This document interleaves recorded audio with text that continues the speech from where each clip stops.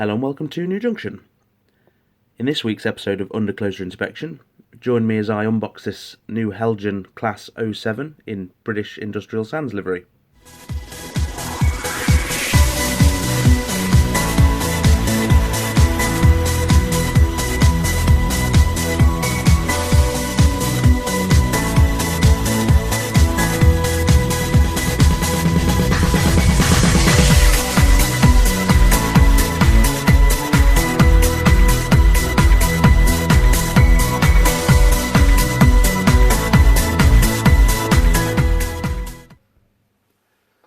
So I was given this Heljan Class 07 to do a review and unboxing of, and as you can see, it comes in the fairly typical Heljan no-frills packaging. I think most of their engines come in a fairly standard blue box, to be honest, which is fine ultimately, as long as it helps keep the cost down for the end consumer. I have no problem with that at all. So what do we have? We have the Class 07 in the slightly unusual British Sand Industries livery, and as you can see, if I can turn you over, it says on the side of the box Class 07 V1 D7003. So that's what we're unboxing today. So out of the cardboard outer sleeve, you get the I suppose inner cardboard box, and then your traditional ice cube packaging. This is fairly standard for most locos nowadays, nothing unusual. Once in the box, you're left with the quite literally a two-piece page instruction manual and a brief bit of info on the class itself, and probably the most complex part list I've ever seen. Someone definitely had fun typing that one out, but I suppose it'll come in interest to someone. Once all the outer packaging has been released, you can see you have your normal plastic covers, the actual loco itself, which I'll just pull out and pop to one side for a second. I don't know if you can see that. That's actually attached to the bottom of the packet there. Let's see if I can focus you in. That's probably the one of the biggest packs of accessories I've ever seen for a loco which is already fitted with lots of accessories, which you'll see what I mean in a moment. So out of the box, as you can see, this is probably one of the most detailed locos that I've ever seen, that comes factory fitted, as it were. So I'm absolutely gobsmacked by these. If I'm being absolutely brutally honest, when I heard that the 07 was being released by Heljan, I wasn't particularly blown away. I don't like the look of them in the flesh, but as a model, I think they're absolutely fantastic.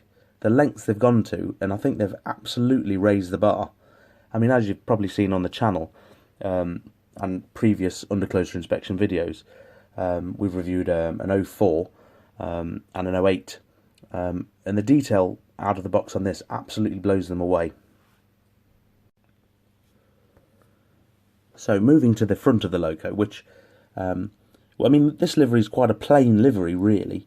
It's very different, and probably one you won't particularly see very often. But the front of it is very striking. The orange is very crisp on it. I mean, if you just look at the detail that's on your screens, you'll see what I mean. Bearing in mind this is out of the box detail. So I've not had to do a thing to this loco at all, and it's not been previously prepped. This is how you buy them. Don't forget, I've still got a full accessory pack also in the boxes, as you've seen, which is still some of it. I'm sure will fit on the loco. But having a closer look, bearing in mind again, this 07 is smaller than a Class 08, obviously. It's quite incredible how much detail they've crammed in. And to be honest, if other manufacturers follow suit, I think we're in for a treat with future releases, as they all try and keep up with each other. The first thing I'm drawn to when looking at this loco, of course with the detail, is how fine everything is. I mean, this is obviously my small finger, and you can see the grate and all the lineage and the painting's absolutely crisp as anything. Of course, we've got sprung buffers, which I'm always a fan of. Don't ask me why. And I just think it's absolutely amazing for something so small. Absolutely incredible.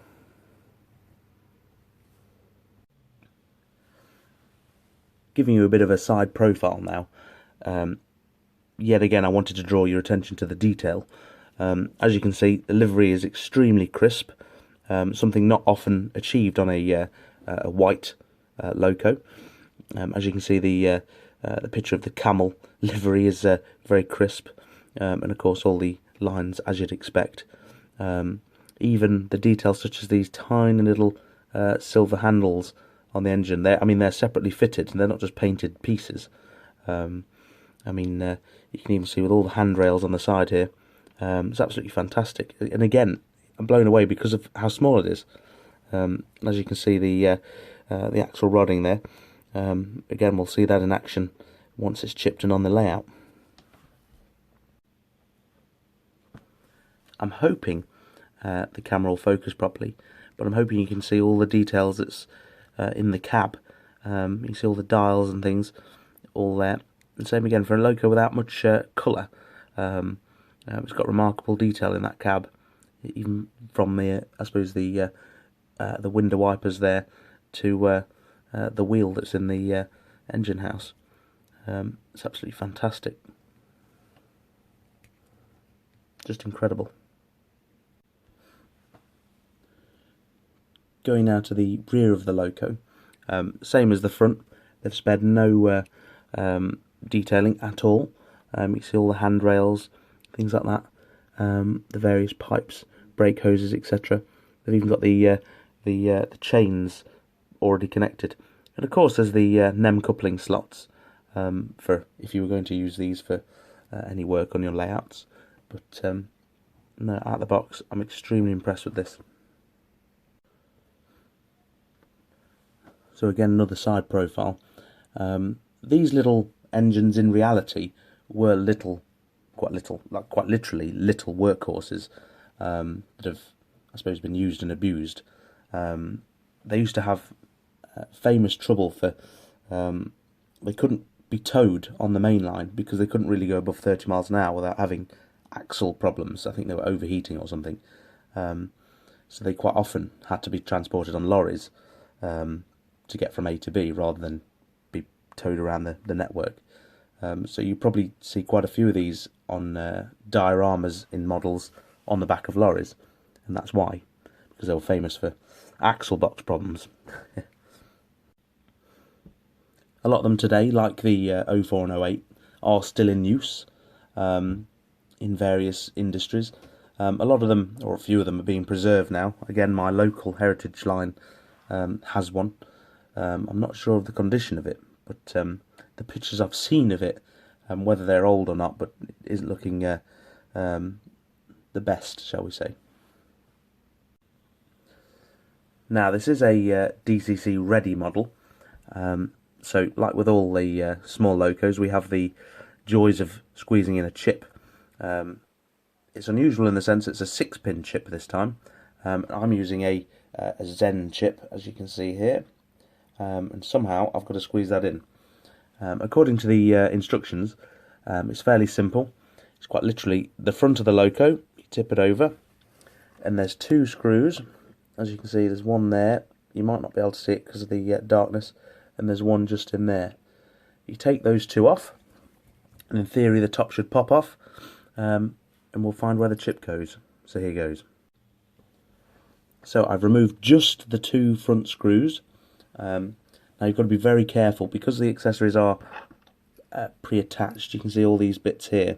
They are going to be attached to either the bottom or the body. So you have to be very careful when removing it. So in theory, I've not done this yet. It should just pull off very gently. Ooh, put that to one side, revealing where the blanking chip is. Somehow we've got to get it to fit in there. Now this is exactly what under closer inspection is for. This loco hasn't failed me. You can see the if I can get my screwdriver in shot. Oh, there we go. That's the blanking chip just there. So we're going to untape that and somehow try and get this this Zen chip into the same space without making the body protrude. So you'll have to wish me luck on that one.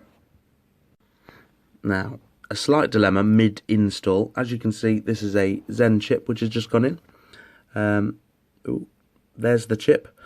What that's done is, because it's slightly longer than the blanking chip, it's pushed this board back, which has unplugged this socket just there.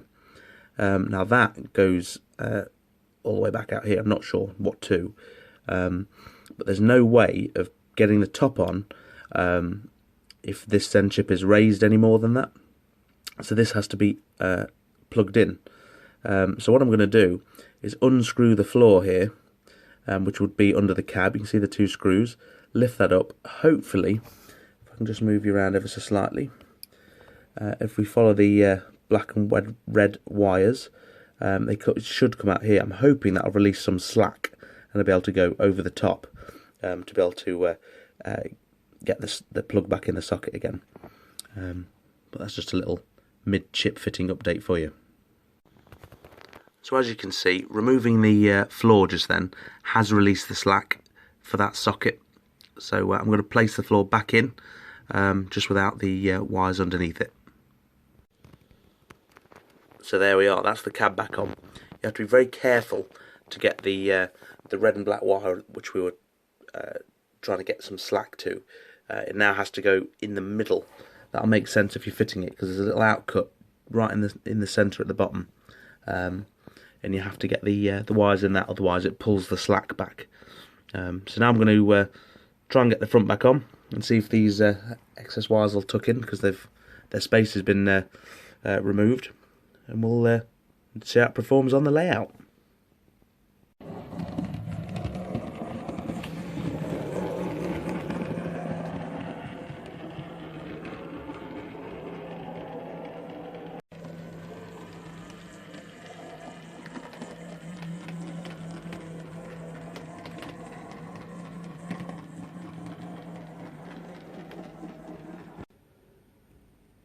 So unfortunately, a bit of a bittersweet end to this video. It looks like I've got a chip failure, and unfortunately the loco isn't with me long enough to wait for a replacement chip. Oh, so the footage you've just seen of it trying to run in was all the footage you're going to get, unfortunately, unless it decides to play. It is a good opportunity though to show you the running lights on this loco, which I didn't know it had, to be fair. So I mean, again, another level of detail, which just shows Heljan are really pushing the boundaries. It's a shame I can't show you any more of it running, but that's just how things end up sometimes. At least I've got to show you the detail in the loco. And once again, thank you very much for tuning in. Hopefully it's not put you off. Chip failures happen all the while. It's just one of those things. But no, fantastic model from Heljan. And if their level of detail has anything to go by, I hope everyone else sees the bar has been raised and not only catches up but overtakes. But for around the £100 mark, this loco in your livery of choice will be a very good addition to the layout. So like their mainline counterparts with the hot running axles, it seems only fitting that this loco leaves New Junction on the back of a lorry. Thanks for tuning in, guys. Take care, and I'll see you on the next one. Bye.